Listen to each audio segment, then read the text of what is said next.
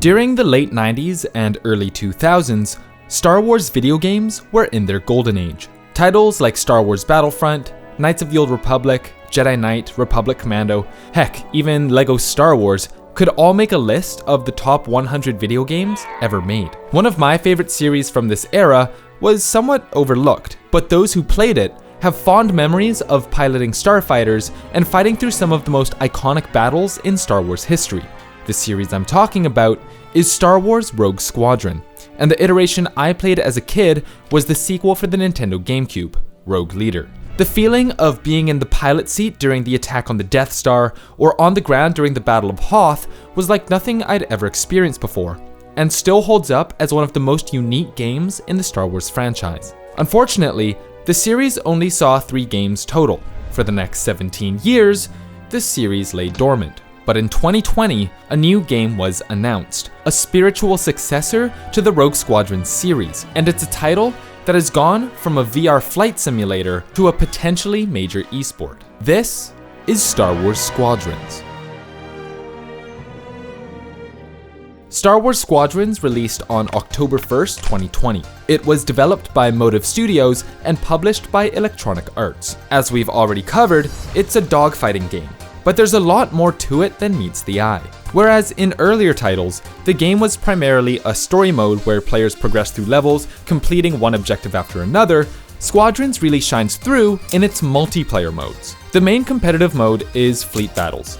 Matches open with some initial skirmishes where teams compete to get kills and earn morale. Once a team reaches the requisite amount of morale, they're able to move on to Phase 2, assaulting 2 capital ships. Once these 2 ships are destroyed, we enter Phase 3, a final assault on the enemy flagship, the destruction of which secures victory for your side. Throughout all of this, morale is going to be swinging back and forth as teams attempt to take down AI ships, corvettes and raiders, and of course, enemy players. This means that teams are going to be alternating between attack and defense throughout the course of a game. While this might seem pretty straightforward, it lends itself to a lot of strategic decision making. As teams enter new phases in the game, they're going to opt for different ships and new tactics. For example, a slow-moving TIE bomber or Y-wing isn't going to be particularly useful in the dogfighting phase, while interceptors and A-wings are going to be no more than a minor annoyance when assaulting capital and flagships. Where the game really gets complicated though, is in the ships themselves. Ships are designed with immersion in mind, including fully fleshed out interiors and HOTAS support. You know, those flight simulator rigs with the joysticks. During matches, there are 3 core stats that players must concern themselves with: shields, engines, and weapons. On the fly, players are able to divert power away from any of these stats and reroute them to wherever needs a boost. Are you in a fight against someone with strong shields? Divert power to weapons. Need to make a quick getaway? Divert power to engines. Under attack from all sides? Juice those shields and hold on tight. Being able to flip between power levels is one of the first requisites to being a good Squadrons pilot.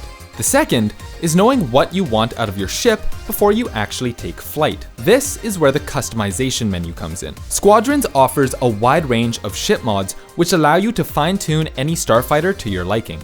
Each ship has 7 customization slots and a number of components for each of these slots. Let's begin with the big ones, the active components. Pilots can pick 3 of these, 1 primary weapon and 2 auxiliary. Primary weapons include all of your cannons.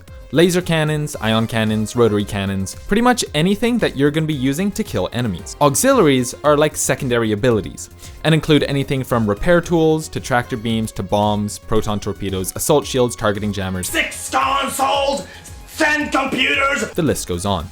Each ship can pick 2 auxiliaries. Keep in mind that active components vary from ship to ship. So an X-Wing will have different choices when compared to a U-Wing, but each ship has a role to fulfill and a plethora of options to choose from. The other 4 slots are for passive components, things that affect how your ship operates but don't give you any new skills to use. These include countermeasures, hulls, engines, and shields. Countermeasures are like passive abilities and include things like seeker warheads, which disable enemy missiles. Hulls, engines, and shields are mainly for changing your ship's stats, but certain choices, like the unstable engines, give you new abilities, like exploding and damaging nearby ships when you die. All in all, there are a lot of customization options, meaning that it's rare for 2 players to have the exact same ships. With so much potential for volatility, teams really have to understand the intricacies of the game in order to build their ships properly. Star Wars Squadrons delivered in more ways than people expected, but on release, Squadrons tournaments were not what you might expect. That's mainly due to the fact that there were no private matches. That meant that there was no way for teams to match up against each other in a controlled environment. But still, people wanted to compete. And the first big Squadrons event was Operation Ace, an invitational tournament where popular content creators competed to win the most games. YouTubers like Star Wars Explained and Eckart's Ladder were tasked with assembling a squad of 5 pilots who would then enter the tournament. Alright, all wings report in. Stash Daddy standing by. Stash Browns standing by. Stash Squatch, we're standing by. I didn't pick my name. Stash Money standing by. Stash Rendar standing by. Let's take the tires and light the fires! Yeehaw! But due to the lack of private matches, Operation Ace was structured more like a Warzone tournament than anything else. Instead of playing against each other, Operation Ace was a 5-hour-long event where teams would queue into as many competitive matches as they could and try to get as many wins as possible. On top of trying to win, Operation Ace also introduced a bounty system, which are like individual challenges for players to try and earn money just for themselves. For example, over the course of the tournament, players could try and earn the Survivalist Bounty, a cash prize awarded to the player with the least deaths, or the Wingman Bounty, which was awarded to the player with the most assists. You get the idea. This extra layer of competition was there to spice things up, where aside from doing everything you can to win your matches, you also have the option to get greedy and try to collect bounties for yourself.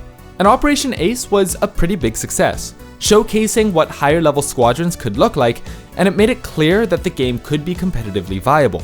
But this was just the beginning. Things really got going after the December update, where, on top of adding new ships like the B-Wing and TIE Defender, private games were added. And soon after, a new tournament series was announced. Aces 5 and Crimson Wings, 2 competitive organizations within the Squadrons community, would be partnering with the Gaming Stadium to create a professional league for Star Wars Squadrons called the Calrissian Cup, featuring 10 months of events, open entry to anyone interested, and a $15,000 prize pool. The Calrissian Cup is every aspiring pilot's dream. And unlike Operation Ace, which was more of a promotional tournament than anything else, the Calrissian Cup is all about competition.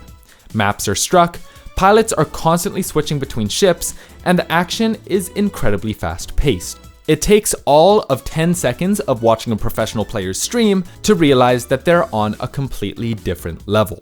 Being able to run brackets with private matches means that teams can finally go to head.